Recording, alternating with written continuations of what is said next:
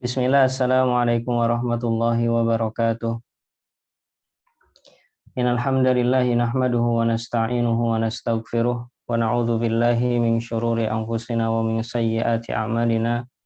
May yahdihillahu fala mudilla lahu wa may yudlil fala hadiyalah. Asyhadu an la ilaha illallah wahdahu la syarikalah wa asyhadu anna Muhammadan 'abduhu wa rasuluh la nabiyya wa la rasula ba'dah. Allahumma salli ala Muhammad wa ala alihi wa ashabihi wa man tabi'ahum bi ihsanin ila yaumil qiyamah amma ba'd. Allahumma inna na'udzubika min ilmin la yanfa' wa min qalbin la yakhsha wa min nafsin la tashba' wa min da'watin la yustajabu laha. Allahumma anfa'na bima 'allamtana wa 'allimna ilman yanfa'una wa zidna ilman ya rabbal alamin. La haula wa la quwwata illa billah. Pada kesempatan yang lalu kita sudah memasuki bab ke-9, yaitu tentang an-najasat, najis-najis, wa kaifiyatu tathhiriha, dan cara membersihkannya atau mensucikannya. Pada kesempatan lalu kita juga sudah memberikan pembagiannya, ada najis ainiyah atau hakikiyah dan ada najasah hukmiyah. Kalau ainiyah ada bentuknya dan pasti tidak bisa disucikan karena zatnya itu memang sudah najis. Kemudian najis hukmiyah, maka itu bisa disucikan. Contohnya hadas besar, hadas kecil. Kemudian ketika suatu tempat terkena najis maka perlu dicuci. Nah, itu adalah najis hukmiyah. Bisa hilang. Terbagi menjadi najis mughalladhah, najis anjing. Begitu juga sebagian membahasnya masuk ke tempat yang diduduki anjing, begitu juga masuk ke air liur anjing ya. Tapi itu adalah pembahasan yang diperselisihkan oleh para ulama. Pada dasarnya sebenarnya yang najis itu yang apa? Karena dalam hadis hanya yang ma'ruf ya, yang ma'ruf itu seringnya di idza walagal kalbu fi ina'i ahadikum, idza apabila anjing minum di bejana kalian, seringnya itu. Dan kalau hadisnya cuma itu, berarti kan cuma dipahami ke permasalahan apabila anjing minum dari sebuah bejana saja. Gitu. Tapi memang di sana tidak dipungkiri ada perbedaan pendapat di kalangan para ulama. Kalau Imam Malik mengatakan kalau anjing itu ya suci gitu. Kalau dia minum di bejana, baru bejananya dibersihkan 7 kali itu. Adapun selainnya suci, karena sebagian memakai dalil karena anjing yang dipakai berburu itu kalau dia bisa menangkap hewan buruannya nggak harus dicuci 7 kali dulu gitu. Nah, itu pembahasan yang tentunya cukup rumit dan tidak mungkin disampaikan di sini. Maka kita cukup mengatakan bahwa di dalam kitab fikih Muyasar, najis mughalladhah itu contohnya adalah anjing dan turunannya, seperti tempatnya atau air liurnya. Itu pendapat di dalam fikih Muyasar. Namun di tempat lain berbeda, maka itu pembahasan yang berbeda lagi dan kembali kepada usul ilmi, yaitu cara memahami bagaimana kita melihat perbedaan para ulama. Kemudian najis mukhaffafah seperti air kencing anak laki-laki yang belum makan makanan, baru makan ASI. Kemudian ada najis mutawasithah, yaitu sisanya dari najis-najis yang telah lalu. Baik, sekarang kita masuk ke pembahasan kedua. Kita coba besarkan pembahasan kedua.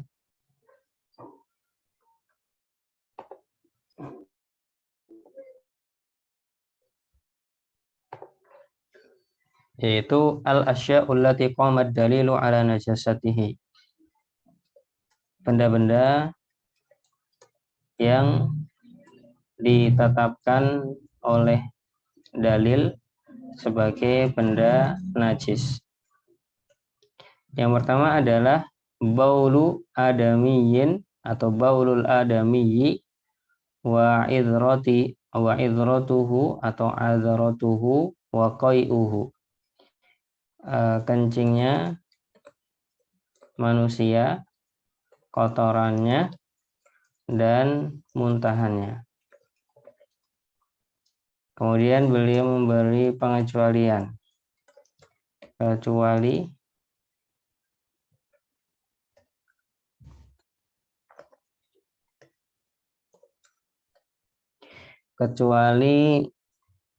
kencing anak-anak yang belum makan makanan, maksudnya kecuali ASI. Maka cukup fayaktafi biroshihi, diperciki air sehingga cukup basah. Cara mensucikannya. Di hadis Ummi Qaisin binti Mihsan, berdasarkan hadis Ummu Qais binti Mihsan. Beliau anaha atat bibnin laha, beliau pernah membawa anaknya sagirin yang masih kecil, lam yakulit ta'am, belum makan makanan, kepada Nabi Shallallahu Alaihi Wasallam, fa'ajalasahu fi hijrihi, lalu Nabi Shallallahu Alaihi Wasallam mendudukkan anak itu di pangkuannya. Fabala ala thawbihi, maka anak ini pun kencing di pakaian Nabi Shallallahu Alaihi Wasallam. Pada abima'in fanadahahu wa lam yaksilhu. Nabi Shallallahu Alaihi Wasallam minta diambilkan air, lalu beliau memercikinya dan tidak mencucinya. Dan tentunya kita sudah tahu perbedaan antara memerciki dan mencuci. Kalau mencuci harus ada air yang menetes, mengalir dari benda yang kita cuci, walaupun sedikit, 1 tetesan, 2 tetesan. Kalau memerciki yang penting basah di tempat itu. Ya. Baik. Adapun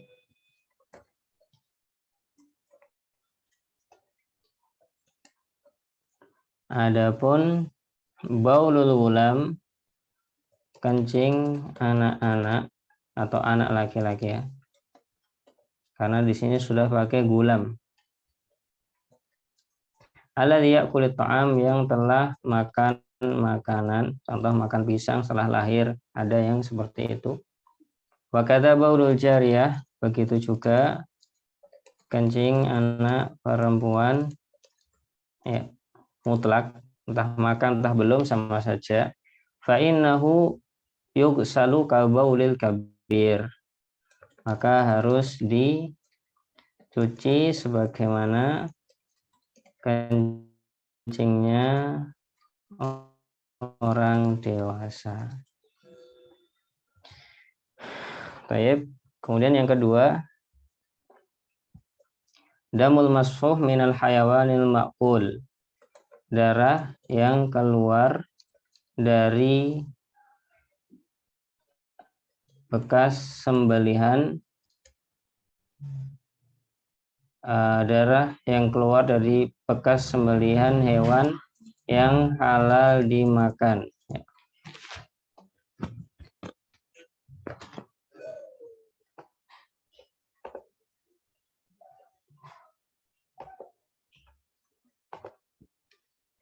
Yang boleh dimakan.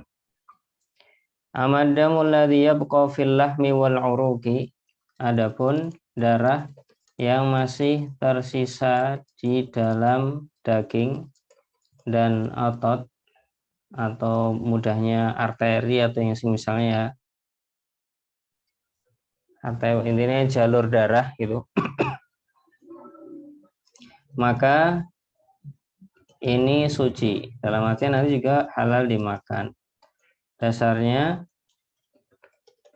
adalah firman Allah, audaman masfuha, titik-titik ya, atau darah yang keluar dari bekas sembelihan. Daman masuha walaupun cuma pendek seperti itu, tapi di bahasa Indonesia harus diartikan seperti ini. Surat Al-An'am ayat 145. Wa huwa alladzi yuhraqu wa yansubbu, yaitu darah yang keluar dan menyembur. Ya, biasanya kalau ayam dipotong, kambing dipotong, sapi dipotong, darahnya mancar ya, dari bekas sembelihan itu. Ada jalur darahnya yang dari jantung dia keluar ke dengan seperti semburan gitu, kencang sekali. Baik, ini yang kedua. Kemudian yang ketiga, baulun warausun kulli hayawanin ghairi ma'kulil lahmi. Kencing dan kotoran hewan yang haram dimakan seperti hir, kucing, dan fa'ar, tikus. Jadi kalau di sini yang difokuskan adalah kencing dan kotorannya ya. Kotoran maksudnya kotoran yang keluar dari tuburnya. Adapun kalau dia nginjek-injek tempat maka itu beda lagi.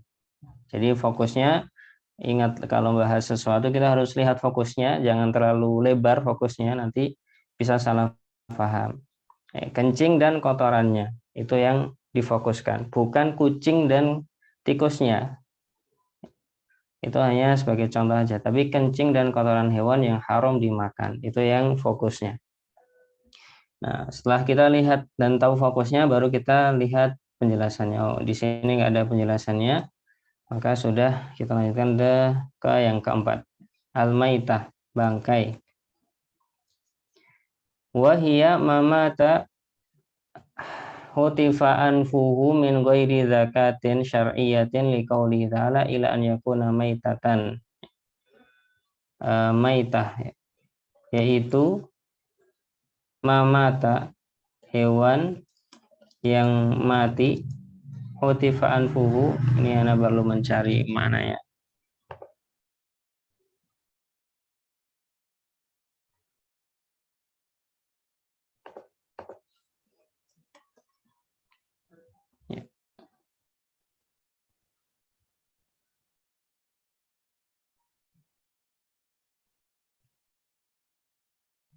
Ini mata, ada istilah dalam bahasa Arab namanya mata hatfa anfihi, sebenarnya gitu bacanya. Itu mati secara wajar, tidak karena pembunuhan atau tenggelam dan lain sebagainya. Intinya mati secara wajar. Jadi ini adalah sebuah istilah. Hatfu anfihi itu adalah sebuah istilah mati secara wajar. Namun kalau arti secara tekstual, hatfun ini seperti ini mati, ya. Anfun itu ya hidung gitu. Ya, maka di sini yaitu hewan yang mati secara wajar tanpa disembelih secara syar'i. Dalilnya adalah firman Allah, ya, sama dengan ayat yang sebelumnya, illa an yakuna maitatan, kecuali dia merupakan bangkai. Wa yustasna min dzalika maitatus samaki wal jarodi. Ya, di sini ada pengecualian, kecuali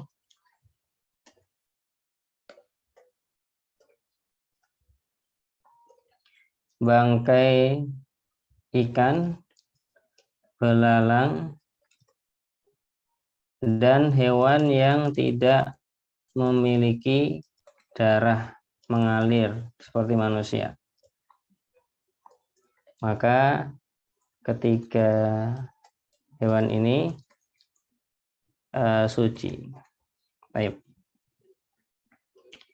Kemudian yang kelima adalah mazi, yaitu wahuwa ma'un abyadun, air yang berwarna putih, raqiqun lazijun. Raqiq itu apa ya, lembut. Lazij itu lengket, ya, agak lengket. Yakhruju indal mula'abati aw tadzakuril jima'. yang keluar ketika seseorang bercumbu atau menghayal tentang berhubungan dalam tanda petik. La bisyahwatin wala dafkin. Air ini tidak keluar dengan syahwat dan tidak memancar. Beda dengan air mani, dia nanti dengan syahwat dan memancar. Wala yaqibuhu futur, tidak lemas setelah mengeluarkan. Wa rubbama la yuhissu bi khurujihi, bahkan terkadang keluarnya tidak terasa. Wa huwa najisun, air ini najis.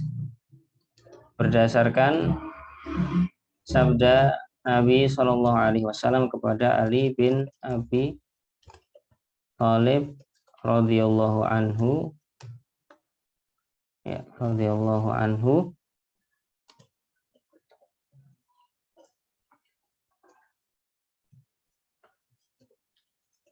berudulah dan cucilah kemaluanmu.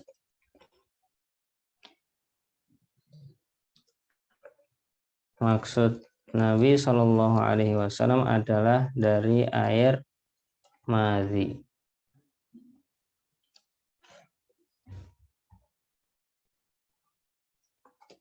Nabi Shallallahu Alaihi Wasallam tidak memerintahkan beliau untuk mandi dalam rangka meringankan beban dan agar tidak menyusahkan.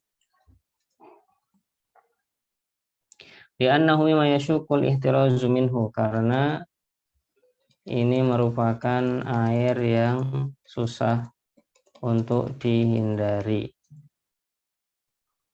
Kemudian yang berikutnya adalah al-wadi, yaitu air putih, ya putih gitu, sakhinun, keruh, keluar ba'dal baul, setelah kencing. Waman asabahu fa innahu yaksil dzakarahu, barang siapa mendapati hal ini maka ia cuci kemaluannya, lalu wudu, dan tidak perlu mandi, ya cukup dicuci saja. Kemudian yang ketujuh adalah darah haid,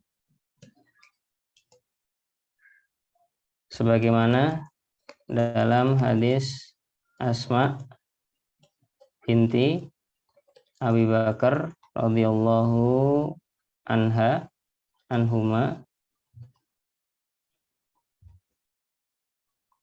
beliau berkata, Ja'at imra'atun ila Nabi, ada seorang wanita yang datang kepada Nabi Shallallahu Alaihi Wasallam. Ia berkata, Ihdana yusibu thawbaha min damil haid. Di antara kita ada yang pakaiannya terkena darah haid. Kaifa tasna, bagaimana dia harus berbuat, tentunya untuk sholat ya. Nabi menjawab Sallallahu Alaihi Wasallam, tahuttuhu summa takrusuhu, ya. Tahuttu itu tahukku bi torfin hajar au'ud, ya, digosok dengan batu atau tongkat. Kemudian takrusuhu, takrusuhu itu adalah tadluquhu bi atrofil asabi, digosok dengan ujung jari, wal adhafir, dengan kukunya juga, dalkan syadidan, dengan kuat, ya. Wa tasubbu alaihi al-ma' hatta yazulu ainuhu wa asaruhu, kemudian tuangin air biar hilang asarnya. Mudahnya bahasa kita ya dicuci sambil digosok gitulah. Nabi menjawab, digosok dengan alat lalu digosok dengan kuku. Mudahnya seperti itu. Beserta air. Tsumma tandahuhu, kemudian di nadah itu dibasahi, lalu ia boleh sholat dengannya. Wallahu alam. Mungkin ini pembahasan kita ada 7 benda yang najis. Baik. Insyaallah kita lanjutkan pada kesempatan berikutnya materinya. Kita coba ke pertanyaan. Silahkan apabila ada pertanyaan bisa ditulis. Saya berikan waktu kurang lebih 2 atau 3 menit untuk menuliskan pertanyaannya.